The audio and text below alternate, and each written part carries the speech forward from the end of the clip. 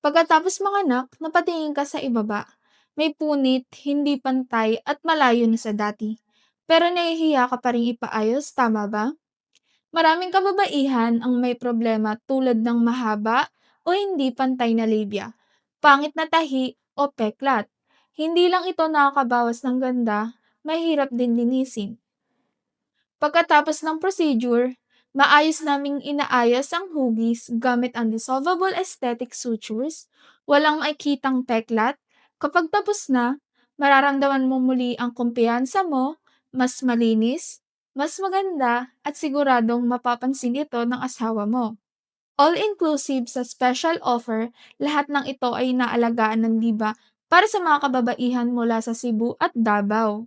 Libreng online consultation, round-trip airfare, private car pickup diretso mula sa airport, isang gabi na hotel stay malapit sa clinic, libreng light dinner, at VIP appointment, walang pila, full attention at alaga. Mag-message na ngayon, limitado lang ang slots.